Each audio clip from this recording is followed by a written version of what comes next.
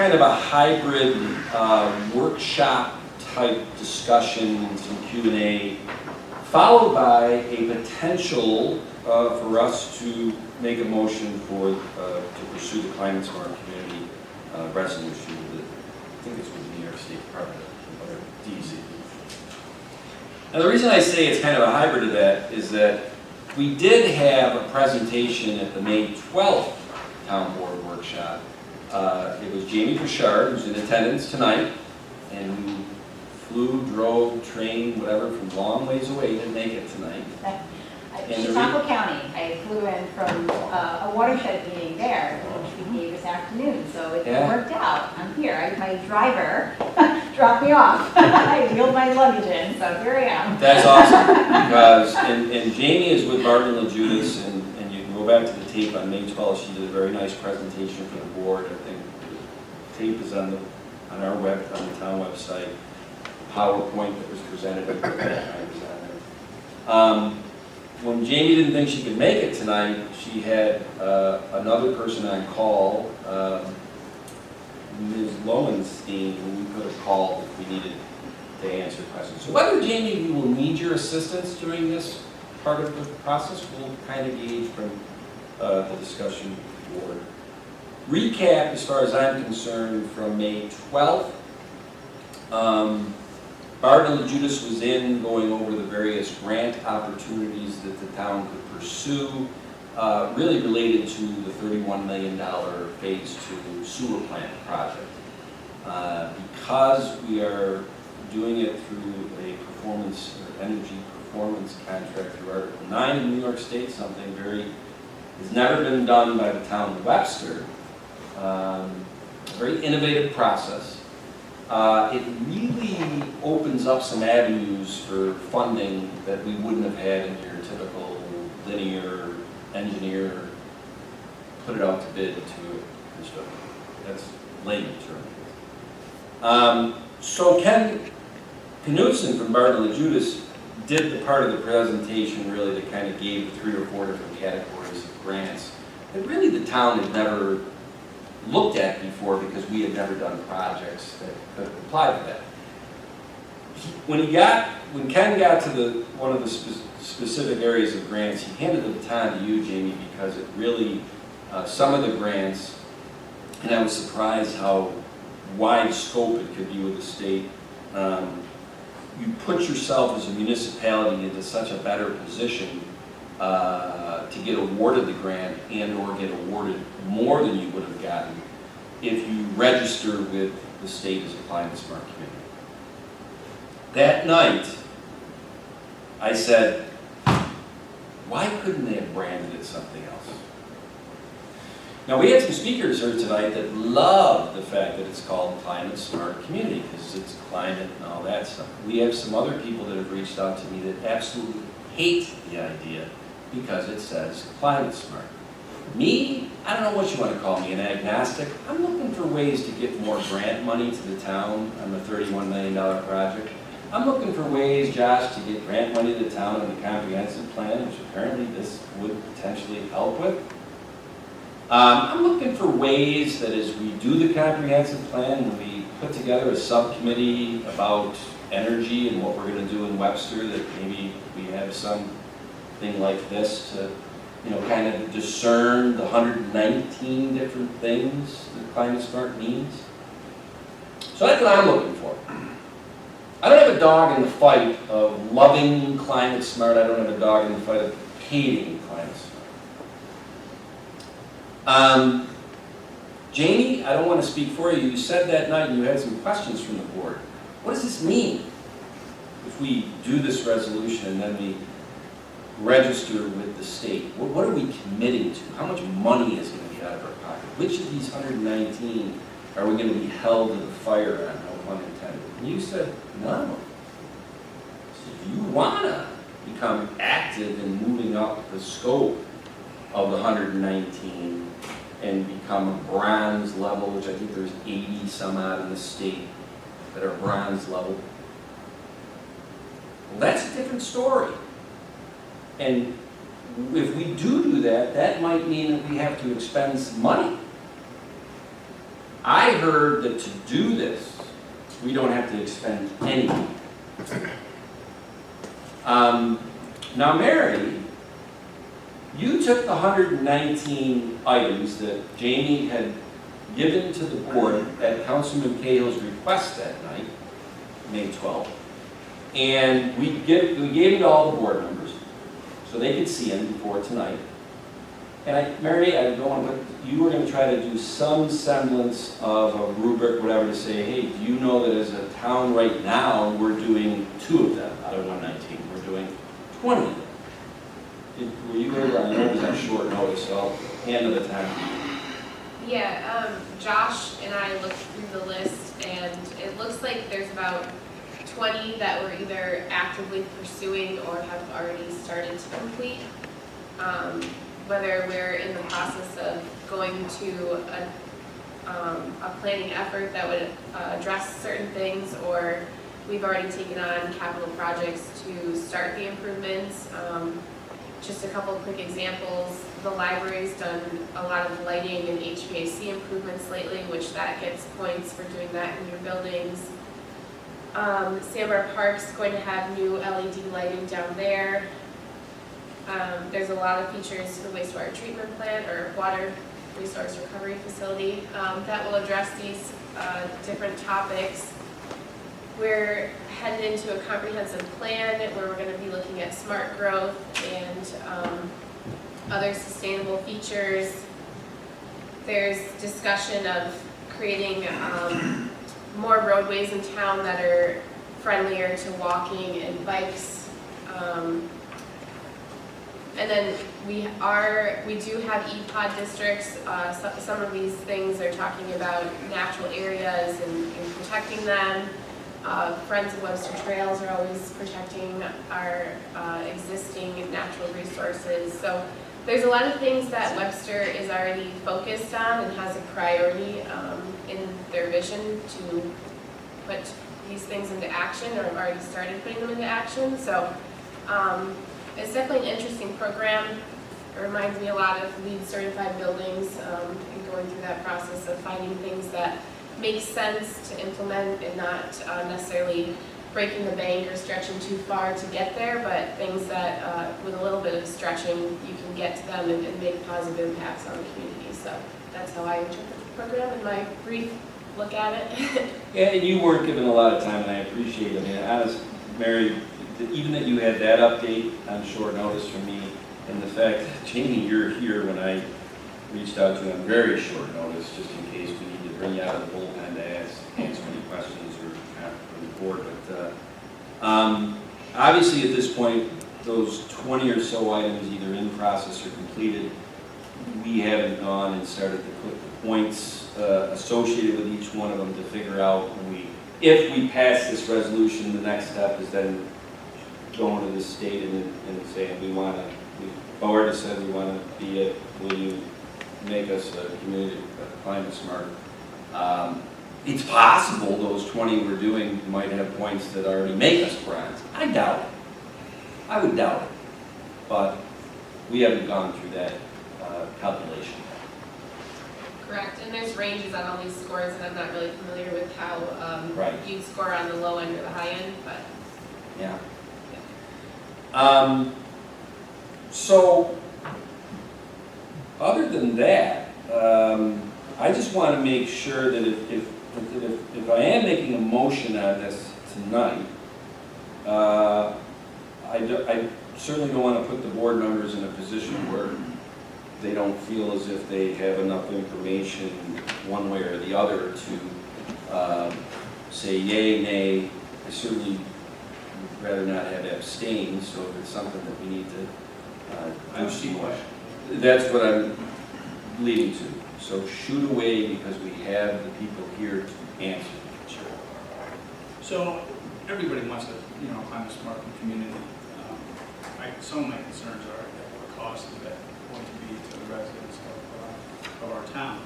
So one of the questions I had is I looked up Senate Bill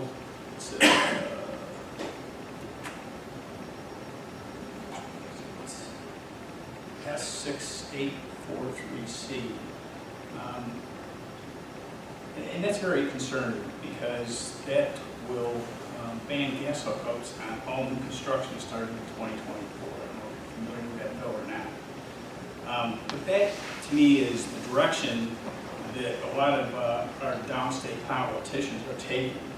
And, you know, coming from a construction background, all new buildings starting in, I believe, 2025 will have to be all natural electric hookups.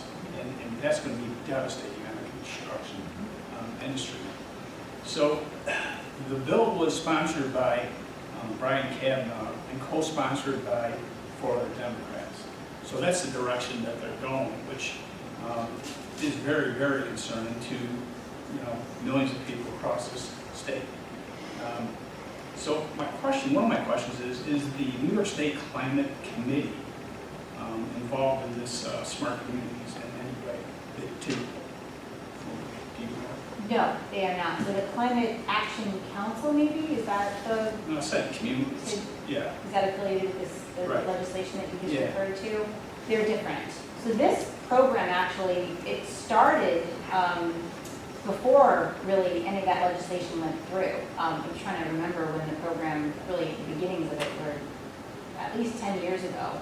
And it was through DEC, but it certainly has become more of a multi-agency effort. So DEC, DOS, all the other state agencies that have, you know, basically some synergy with momentum to look for, you know, efficiencies in how we use our resources, whether they be natural, energy resources, transportation, things of that nature. So they are 2 separate platforms. And this program is, again, mostly a multi-state effort, a multi-state agency effort to, again, align, kind of, I would like to say it as best practices for efficiencies. And the 119 activities are kind of how I like to review it as like an a la carte menu or menu of options of, again, just how can you get multiple benefits and achieve multiple, again, co-benefits in things that you're already doing. For example, you know, doing a natural resources inventory, right? That is a separate type of an area, and again, a lot of municipalities are pursuing those types of activities. So I hear your concern about there being the affiliation with these 2 kind of trajectories with legislation, but this is more of a programmatic effort. Okay. Well, that would lead me into my next question. PE3 action, energy code enforcement training. So where do you, so you're going to train our code enforcement officers with respect to energy code enforcement? Can you define that a little bit more for me, please? So that, so you're still referring to the climate smart communities, or is that Yeah. the clean energy? Well, actually, no, communities? it's on your list, so I was just curious if you could define what energy code enforcement training is, what's involved in that. So again, that is one of the activities that you can choose from on that list of 119 actions, so you don't have to comply with that, but that is to look at the stretch code, which is another option for municipalities that would like to implement. There are some communities that want to achieve some of these, you know, basic type of climate action strategies, right? And that is an educational forum to examine the New York stretch code. And that training is available to municipalities, and if you attend the training, you can get credit for that educational opportunity. But it's not a requirement, that's only. Well, I understand that, but I was just saying, you know, what would that have to do with, you know, like a code enforcement officer would go, he would get trained, what would he do with that knowledge? See if it's something that is palatable to the municipality for enforcement. Okay. So let's say, for instance, that this bill passes, right, and all houses have to switch from natural gas to electric. We could have a code enforcement officer in reality go out and check to make sure these houses have switched, and if they have not switched, take appropriate action, because he's received training. If that is what is desired. Thank you very much. Well, In order for us to qualify for this, we have to meet all 10 of these requirements, correct? There are priority actions to get into the first step is obviously the municipal resolution, and there's quite a few municipalities that have adopted the resolution but have not actually moved forward with any of these other action areas. They kind of are in a holding pattern of we've got the resolution passed, but we actually haven't done any of the work on it, essentially, establishing a task force, a coordinator.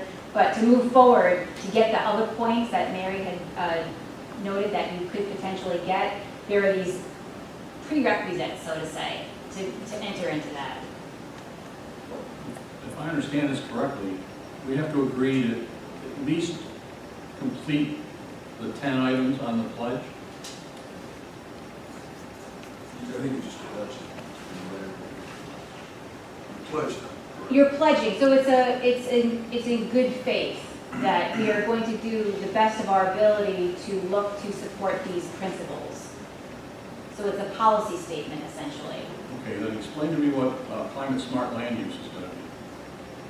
So a climate smart land use could be what, in some cases, you may already be doing in terms of, like, for example, stormwater management, looking at ways to better manage rainfall and kind of reduce that impervious cover. And I think a lot of it you're already doing with the MS4 program. So that's an example of how to look at your land use and ways to kind of ameliorate climate conditions. Okay. And how much are you, your company, do you have to be like, portion, do we have to pay your company for this research, or are you just doing it out of your heart? Yes. I am passionate about the subject, so I am here. I'm also a resident of the municipality, which is also why I'm here this evening, because I care. But yes, I think there are services available. I think personally, a lot of these activities a municipality can pursue with existing staff. Obviously, there's a lot of capacity issues at the local level. I'm sure Josh and Mary have other responsibilities, and Climate Smart is not, it's just one of the other things that they would have to be looking at. But I think if there's a way to find synergy in what you're doing already, I think maybe some of the things that Mary is working on with the MS4 program, that she could, if she could pull it into some of her daily workload, it could be something that is assumed through existing staff resources. But obviously, there's other resources that could be made available to the municipality for other, like, value, the extra, effort hours that will go into that. Are you going to get the grant? Right. Well, No.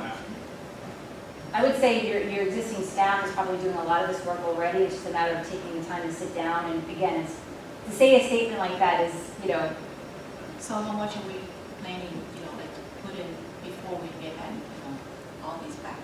Is that a net positive for the future? yeah, yes. I think you're doing a lot of this work. It's just a matter of the effort hours that go into documenting it, which is what is the requirement of the program, is to show the work. You're doing the work, you just have to show the work. And so that's really more of an effort hours on the staff internally. You're welcome. And, along those lines, what you have in your packet is just an excerpt of what was presented on May 12th by Jenny Wallenstein and Ken Knudsen within the $31 million project. Actually, at the end of that meeting, I said, Jamie, you live here in town.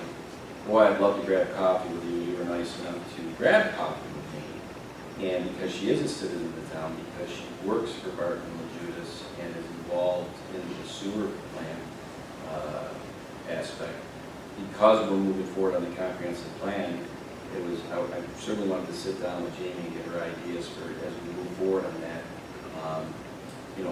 Some things that we could look at in the comprehensive plan. The 2008 comprehensive plan had, I think, 9 initiatives. We went over 9 on those. I don't like the definition of insanity. We're not going to go to a new comprehensive plan and put initiatives on there unless we can realistically do that. So that was one of the reasons I wanted to sit down with Jamie and talk to her after the May 12th. Now, with that being said, Bill, we've heard from you, John, Jenny, Patty, do you have anything? I don't have any questions. Yeah. No. I see the value in this. Yeah, and I'm going to be, being fair, and it kind of goes into what I had said, I said it back on May 12th, I've said it tonight here again. Climate smart. Either you hear it and you love it and you really don't care what the details are, or you hate it and you don't care what the details are. That's the world we live in, unfortunately. We had some people come up and talk about how great it is. Being fair, I did get a resident who sent me this. Concerns about a climate smart community. One, cost. I'm going to stop there because there's three things this person's concerned with. Unless I'm missing something, what costs are the town committing to do the resolution and register our community as a climate smart? There are no costs, it's just the time of your effort hours and moving that forward. Somewhat married to the document as we register, these are the 20 things we've already done in the one night. Right. The second concern this citizen had, creation of a lot of paperwork, task force, certifications that result in nothing but busy work for people, let alone potential useless new positions. I don't even know if I can have Jamie answer that. I'll go backwards. Well, I would put that question to Mary and Josh that have looked over this list of 10 items. What, in your estimation, from a time and manpower standpoint, would be involved to complete these 10 steps? I know you said that we've already done some of these, we're already actively involved, but we make this commitment. What's your projection from manpower and man-hours to continue? I guess I don't have a good understanding of the reporting requirements. I know some programs through the state have cumbersome reporting, and then I don't know, this could be streamlined. I'm just not familiar with how much effort it would be. So I went to the website to look for additional information, and it was pretty generic. I didn't see a lot of specifics in there. And my other concern is what happens 6 months down the road and the state of New York changes what their requirements are going to be for these grants with respect to climate smart communities. And I hate to refer back to that bill, but that's the mindset, in my opinion, of a lot of politicians, especially downstate. And it really, really alarms me. It really does. And that's why I'm very apprehensive to sign on to, climate smart communities, given the fact that, we really don't have a lot of specifics. I do greatly appreciate the information that you have given the board. It's forced me to go and do some additional research and put some questions together, and I appreciate you answering those questions. But at this time, I'm just very, very apprehensive to go forward. And then, unless anybody else has anything on the second one, creation of a lot of paper task forces, let alone potential useless new positions. The third item this citizen said was changes to energy supply or options, attempts to artificially disrupt natural gas hookups, gasoline, or even proven methods of energy creation for unproven, expensive, unreliable, quote, green, unquote, sources of energy will directly impact the town's citizens' pocketbooks and quality of life for negligible to no change to the environment. If this was just a way to have clean streets, parks, and water, that to me falls under the expected responsibilities of local government. Reviewing the material on the NYS website for climate smart communities makes me nervous of expansion beyond these and giant multiple resources. So that's the other side of the story. From people that got up and said, oh, they were very for it. This gentleman is not for it. I'm going to say it again, and then we'll go around and tie this up. You take a look at the element, the pledge. 5 out of the 10 have the word climate in it. Let's see, 1, 2, 5, 6, and And that, like I said, people are gonna read those 10. First of all, and Councilman Kale, with all respect, you said, how are we gonna complete those? I don't think we could ever complete those. That's a subjective term. I don't know what that means, completing those. But that is a polarizing thing. And you've seen it back on May 12th, you've seen it in the room tonight, you've seen it from what people have written in. And I've already said I'm an agnostic to this. I'm just trying to, I listened to your presentation, I listened to Ken Knitz's presentation, I saw the benefits this gives, the possible benefits to the town with no real commitment that's tying the town to costs or anything. I thought it made a lot of sense. But that's an opinion. I would also add that everything I've heard, by taking this pledge, we are not bound to complete any of those 10. We're just pledging that we'll keep it in mind as we move forward and take all of those things into consideration when we approach different projects and plans. Did I hear that correctly? Okay, who would be the arbiter or the judge that says you've completed building a climate smart community? It's not expected. No. So, anyway, Bill, anything else? I'm just real apprehensive about it. It's awful new, and we're just hearing about it as a board. And I just have some concerns of the things that they're asking us to do. And they want us to pledge that we'll do it. I have a hard time doing that right now.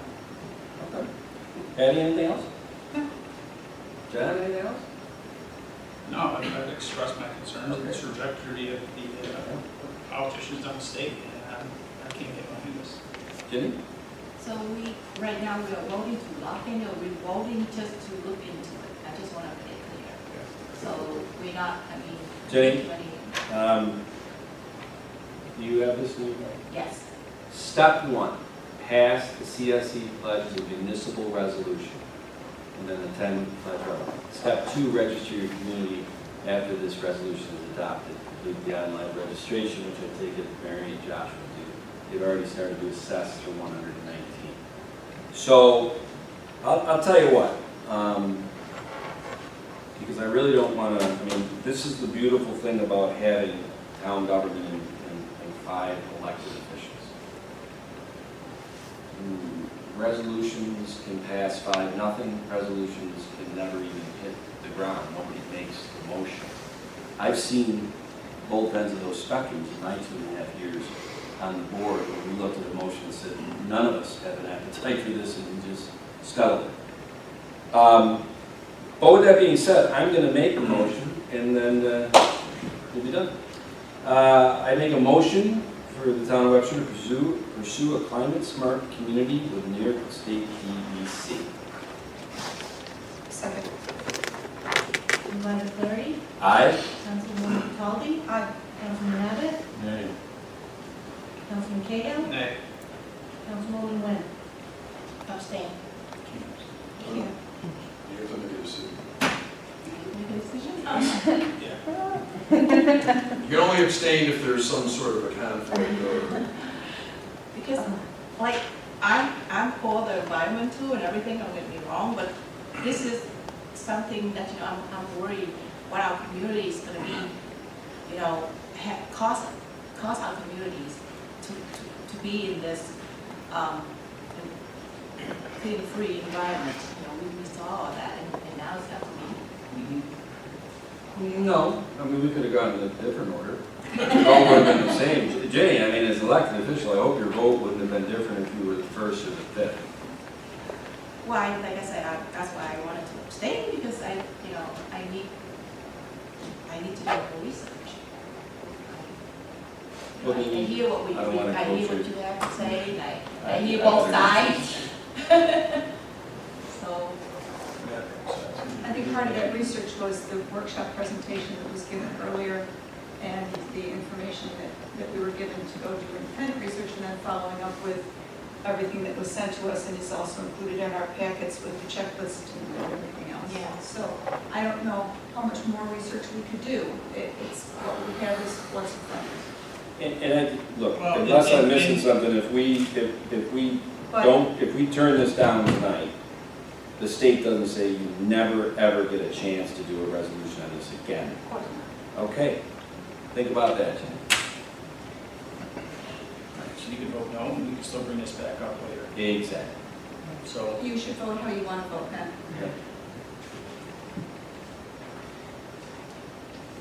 Well, just so that the public knows that, I'm strongly supportive of the clean environment that we are living in, for our generation and everything. But I just don't want our community have to put forth all the money, to do this, and we have no guarantee that it's gonna be efficient or sufficient, to get the money back. And I don't want our children to be paying for this because of the unknown we have. So right now, I'm gonna vote no. Okay. We got it, Doug?